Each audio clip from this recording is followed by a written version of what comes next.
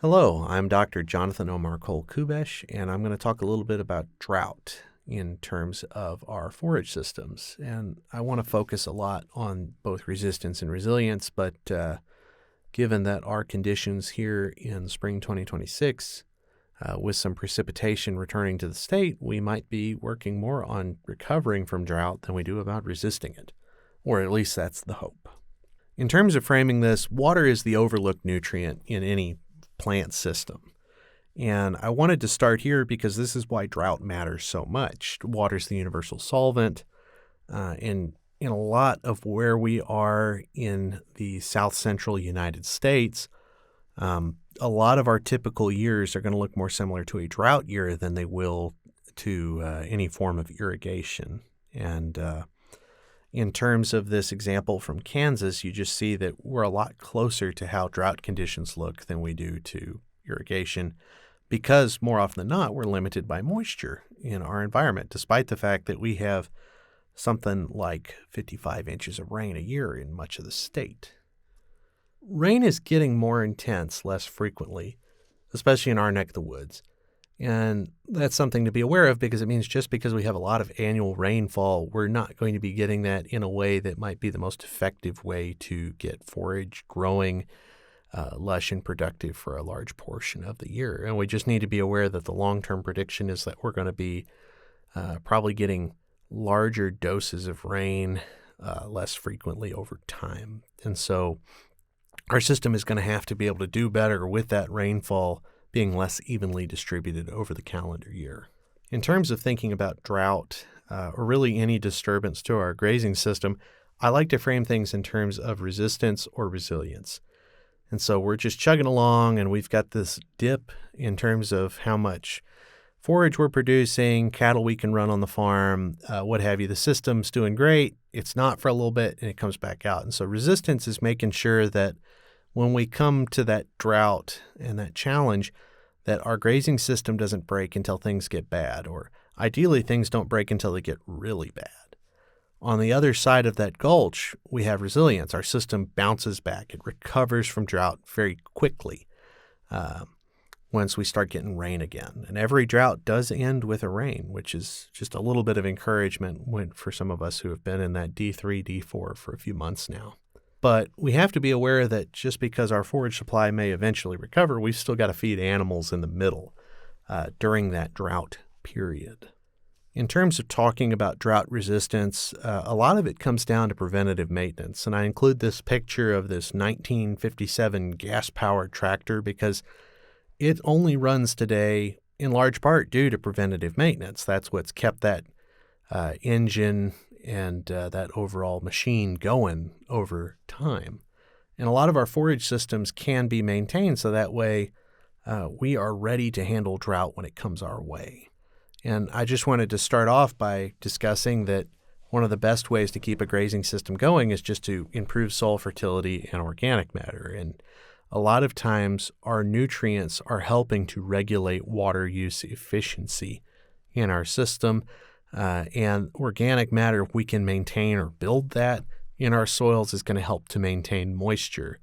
And so one of the neat things that I've seen in doing some organic forage research in Tennessee and some recent litter trials we've been doing in Boonville is that adding a lot of organic matter to soil has helped our plants grow a lot longer into dry fall conditions than what I would have expected in adjacent comparison plots. And so there's a lot that we can do to make sure that our system is ready. And one of the best things we can do is to feed that system to begin with.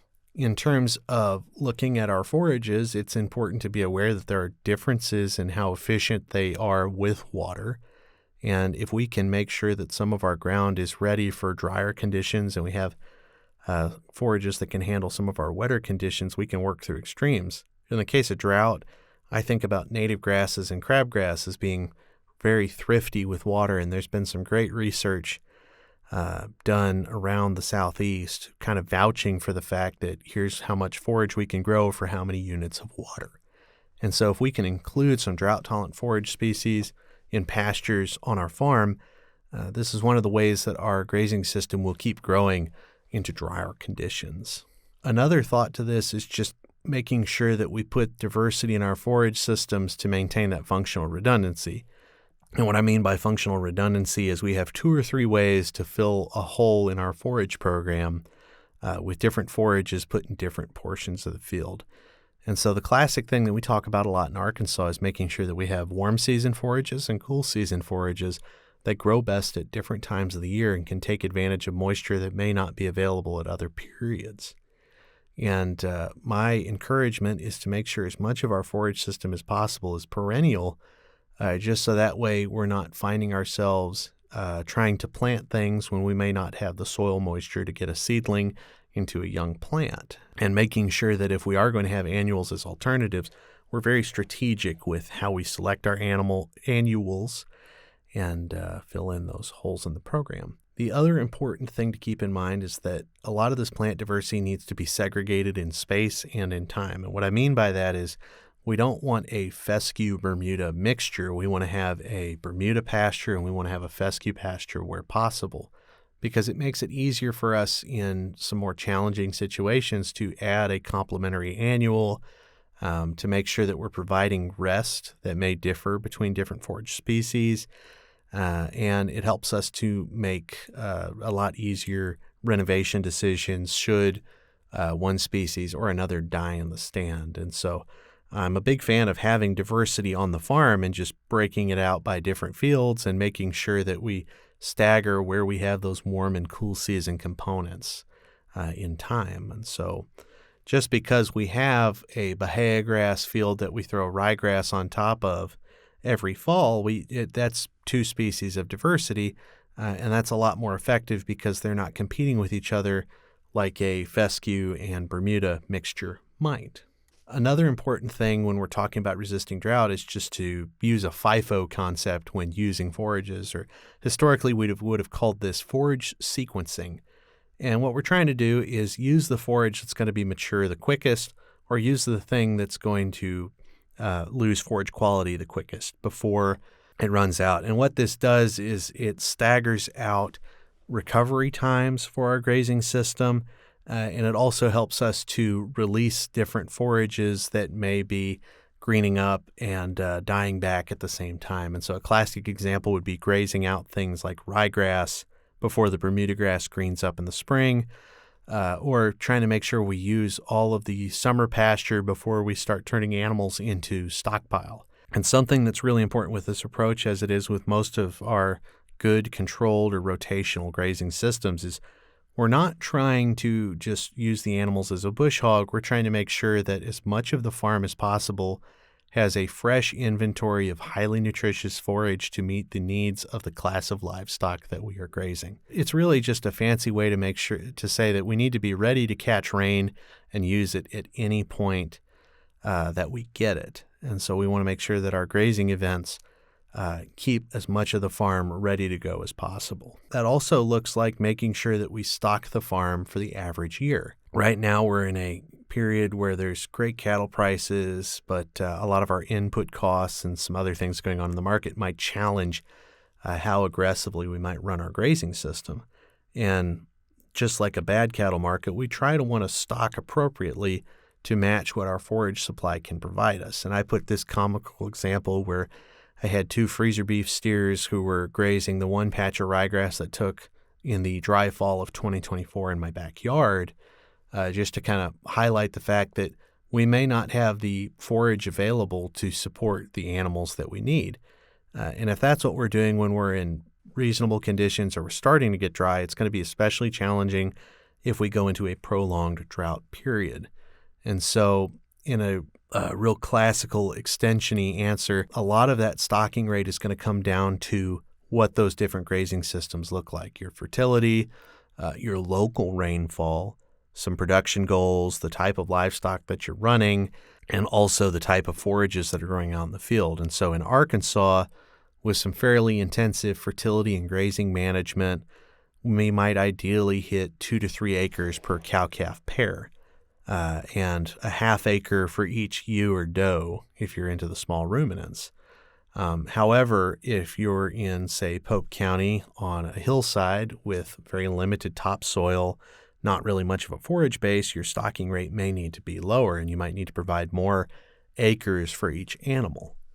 And it's really hard for an overstocked farm to go into a drought and come out of a drought without having to make some really tough stocking decisions. And so trying to set a baseline or have an estimate to go off of where we could add to or remove a few animals here and there, but still be pretty close to what the forage can do on the farm is a great way to be ready for drought. And it's going to let us go a little bit longer into drought. In terms of getting past resistance, we need to think a little bit about when does a drought start? How do we fall into a drought? And this question seems to be something where maybe the county agent has posted the drought monitor in their county newsletter, or maybe the news report is saying we're this many inches behind on our annual rainfall. But there seems to be a magic time period of something like a week to 2 weeks of dry conditions before we realize that we're in a drought. And in the summer in Arkansas, our temperatures are high enough where we can experience something called a flash drought, where we just have a lot of demand on the plant for moisture from the atmosphere. So it's hot, the plant is respiring, a lot of moisture from the ground is coming up through the plant just to keep the plant up and going. And that induces a bit of a drought response. We start seeing drought conditions, things start crisping up very quickly. We are recently coming out of one of the driest winters in recent records, and I think even further back, that we have kind of stumbled into, okay, now what are we going to do? Conditions from places like White County have reported where we're about 50% of what our winter annual production should have been. And that's in our what we would typically think is our off season. But what I generally do as a state specialist, and something I just keep a mind on, is I'm checking the drought monitor, which typically comes out every Thursday about 8 o'clock in the morning Eastern time, so about 7 o'clock on our time, Central Time. And I'm also trying to keep track of what the local rain gauge is saying. And so I keep a range gauge at the house, and that's how I'm keeping track of whether I'm ahead or behind. And if you want a general rule of thumb, for a lot of our forages, we're looking a little bit more than an inch a week to keep things actively growing. And that's going to depend on the time of year, but that's a good starting point to keep an eye out. In terms of getting into some drought mitigation strategies, what do we do when we're in drought? One of the first things that we want to emphasize is just have a rotational grazing or a controlled grazing system to use anything that's left on the farm, use the remaining forage. We want to treat it as standing hay, and we want to ration it out on a 2 to 3 day basis. That way we make sure that the animals are grazing more than they're wasting or fouling as they come through the grazing period. In terms of what rotational grazing can do, what we're really doing is assigning rest and recovery periods for each piece of ground. And we're also trying to make sure that for that grazing event where we're going to set a plant back in extremely suboptimal conditions, for it to grow back, we want to try and make sure we get the most out of each of those events. So if we're going to stunt the pasture a little bit, we want to make sure that we're just stunting as much of the area as uniformly as possible and trying to stagger out what that recovery is going to look like. We do want to continue to keep an eye out for overgrazing. We want to avoid continued overgrazing.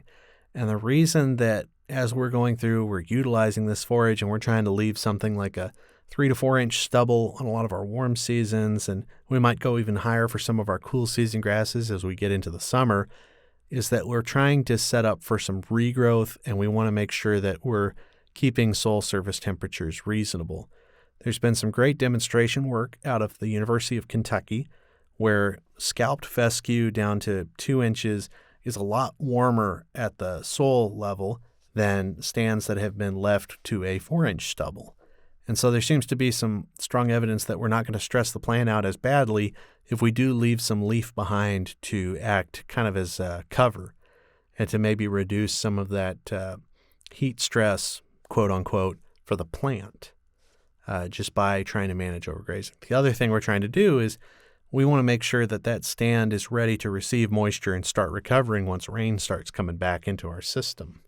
And so we're trying to make sure that we have a solar panel behind us as we keep moving the herd around. Something that may come to mind is looking about trying to expand our acreage.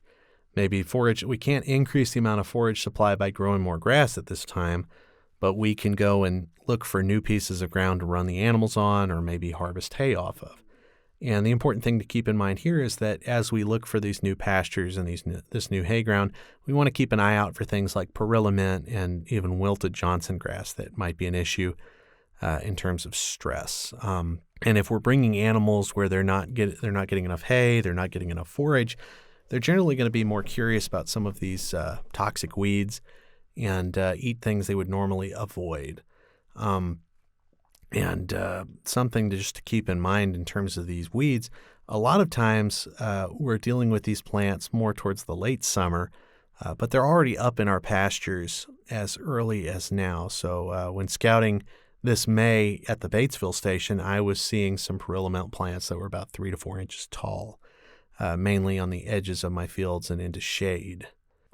And so just keeping an eye out for where those weeds are, maybe trying to just be aware if we're going onto a new farm, hey, what do fences look like? What are some other things? But just looking for some of those poisonous plants before we start putting hungry animals out there to go try those poisonous plants is going to be important. If we do have irrigation, it might be ideal to look at planting a summer annual crop such as pearl millet or a sorghum sedan hybrid.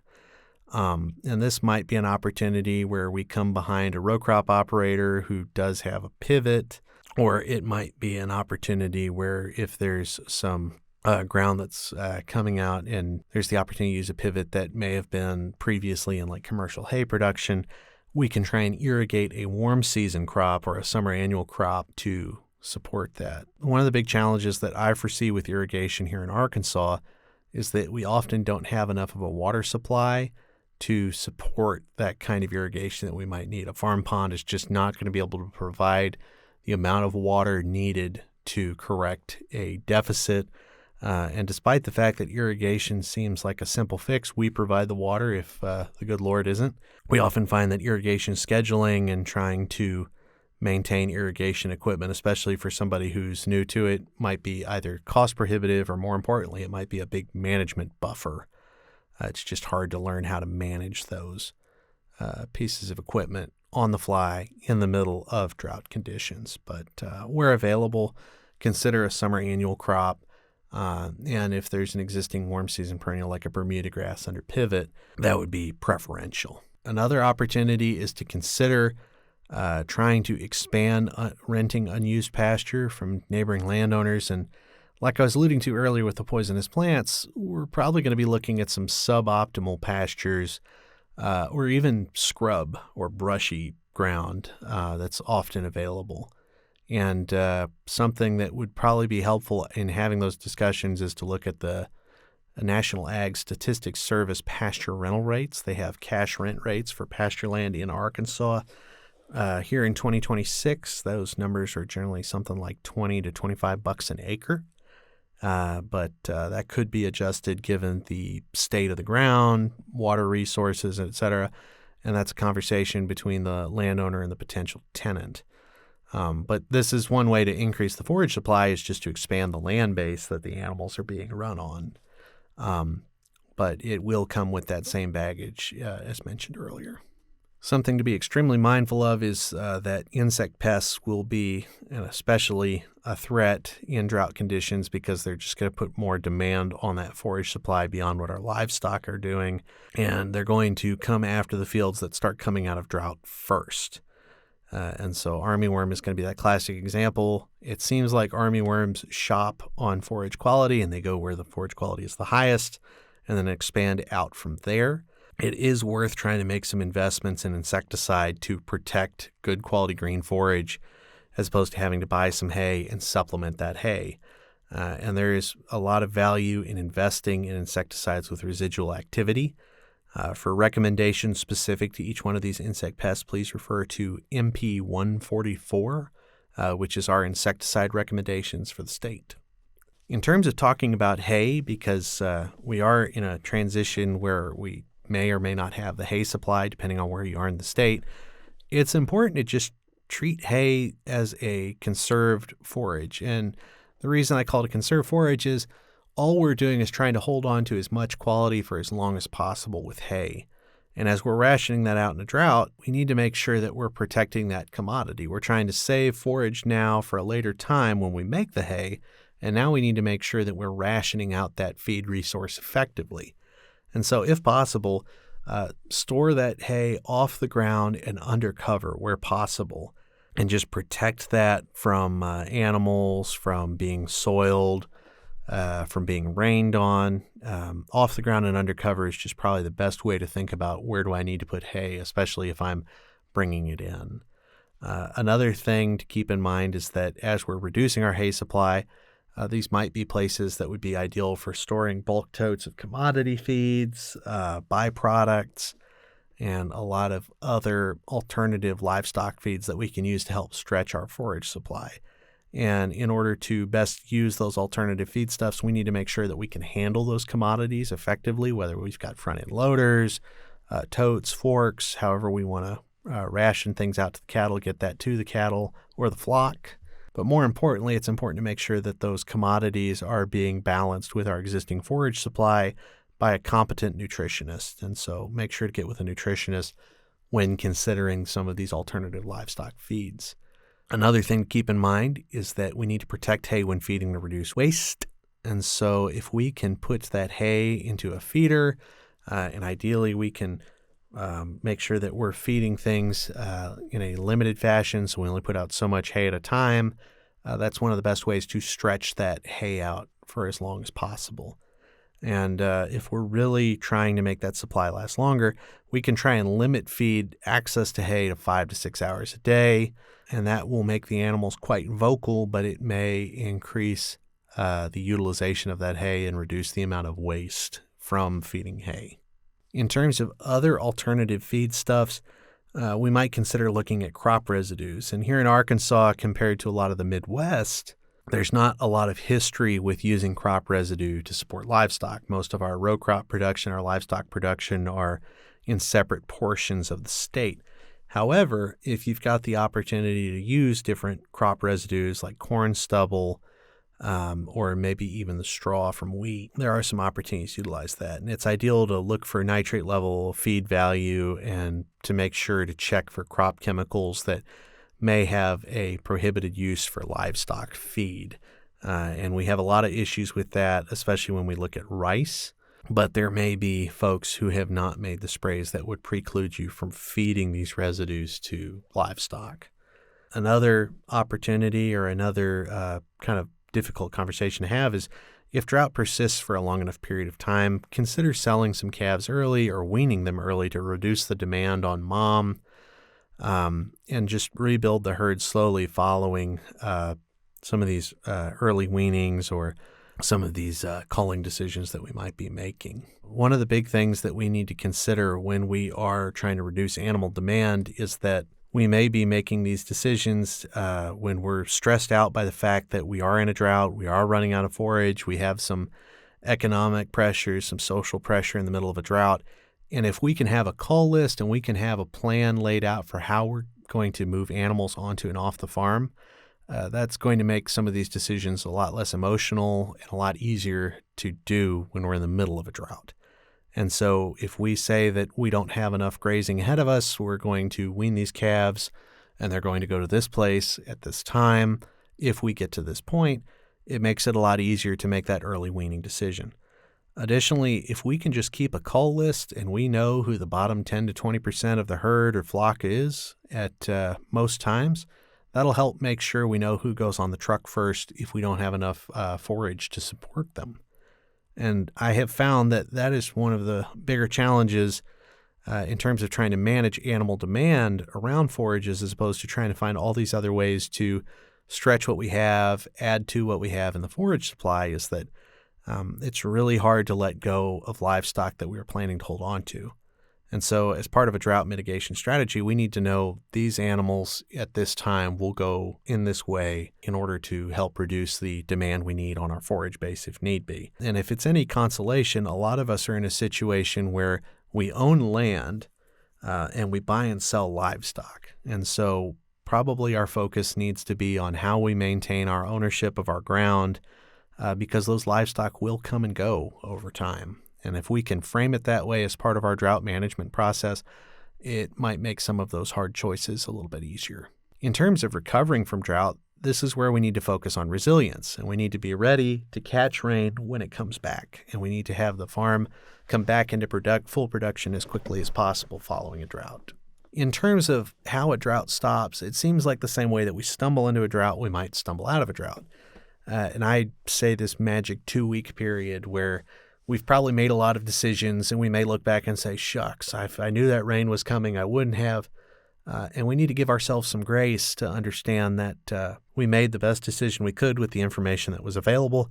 If I knew the weather ahead of time, I probably wouldn't be a forage specialist. In terms of recovery strategies, one of the most important things to start with is just evaluating pastures and determine which pastures need which management practices to start the recovery process. And so we have a few different methods that a county agent can do to come out, look at the field, and make a decision. But with all of these, we're going to bend things into either partially functional, moderately functional, or fully functional. So if it's less than 40% stand, we call that partially functional. Probably needs complete renovation. That means we need to kill what's there, start over, and plant something new. For a lot of our pastures, they're probably going to fall more into the moderately functional. They need some rest, fertilization, a little bit of weed control, and they might be eligible for a little bit of overseeding. So this is what a lot of our pastures are probably going to look like. We got dinged up pretty bad, but if you give us some moisture, we clean things up, and we get back into a productive state fairly quickly. We just need to provide a lot of rest and just some special care. And if we've been really good and maybe the drought period's been really short, we might come into some stands that are fully functional. They're going to be our best pastures, and they're going to be ready to rock and roll rather quickly following a drought challenge. But we need to look at this assessment as an opportunity to recover and improve our grazing system. Like I was saying earlier, if we've got fields that need renovation, maybe now's the time to plant the forage that will complement the rest of the farm to help prevent us from falling apart as quickly in the next drought. Maybe this is an opportunity to think about what are the forages that we can do that make us less dependent on planting annuals. Maybe this is an opportunity to correct a field that's had some drainage problems for some time, do some dirt work. But this is probably one of the best periods to make a lot of those decisions because we're probably in a situation where we need to do something anyway. In terms of coming out of a drought, now is the time to start thinking about scouting pastures closely for weeds. And we want to catch weeds as they encroach, figure out what we can tolerate, and start making early identification decisions so we can start with effective herbicide applications. Weeds are going to be the quickest plants to respond after a drought. And so as our forages are coming back online, our weeds are probably 1 or 2 steps ahead. And we need to decide if we're coming back into adequate moisture, can we make a spray decision, or is it going to stay a little bit on the drier side? How can we prevent these weeds with our grazing practices? Maybe if we fertilize our desired crop like Bermuda grass, that Bermuda grass is going to outcompete some of these weeds. But just trying to make some of those decisions as we start coming out of a drought. And we'd have this information as part of that pasture assessment that we should be making as we start coming out of drought. I will say that fertilization will speed pasture recovery. And so in addition to just following soil test recommendations, if there's the moisture for a little bit of nitrogen to help get things going along, or to resume a normal fertility program that we may have held off on during a drought, now would be the time to do it. And what we're trying to do is push the stand back into production. A big thing to think about is that drought-damaged pastures should be treated like newly seeded fields when recovery begins.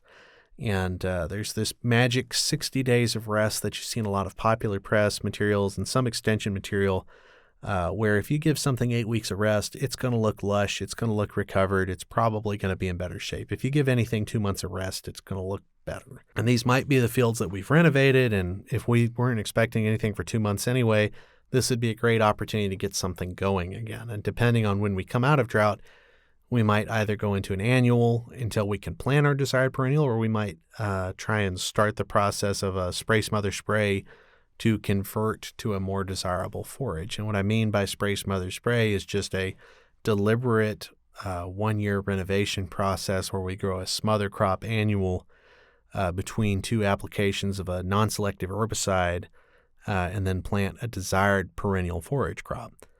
And what we're just trying to do there is clean up any weeds in the seed bank and get this pasture into best shape so we give that new forage as clean of a start as possible. We may also just be looking about trying to figure out annual forages to fill our gaps in the immediate present. And so as we're starting and looking at the time of recording being May of 26, and we're looking towards the late summer and the fall, we have the option to plant warm season grasses or start planting some of our cool season grasses and clovers to fill the fall forage gap and get ready to get into winter, especially in places where maybe our fescue got especially dinged up by the drought. What I will say about these annual forage options is that a lot of our cool season options seem to pencil out better in terms of the economics than our warm season options. When you're not in a normal year, it's important, though, to calculate what's that opportunity cost. If I can grow corn and I can get something like about a ton an acre of grazing potential out of that, how much would it cost to buy the equivalent amount of hay and supplement to match what would be in that corn?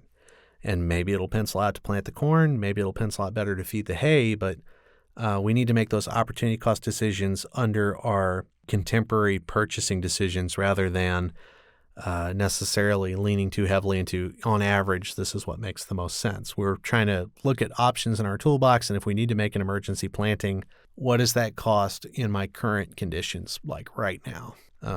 As we talk about moving through and getting past recovery, graze the best pastures last. And what we're trying to do is give those pastures as much recovery time as possible.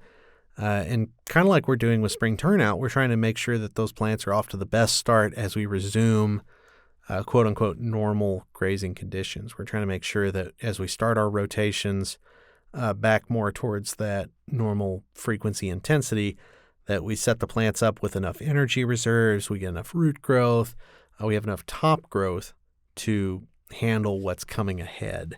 And that is just going to give us some additional time to start staggering out other growth and hopefully get things back on track. Kind of come out and really reframe this again. We're looking at resistance and resilience in these grazing systems. And when we're trying to get through a drought, we want to make sure that as we're bouncing back quickly, we're holding on as long as possible before things get bad, that we're ready on either end and in the stress of drought conditions that we can come through that effectively. What we have in state and what's really encouraging is we have publication MP 530, Drought Management and Recovery for Livestock Systems.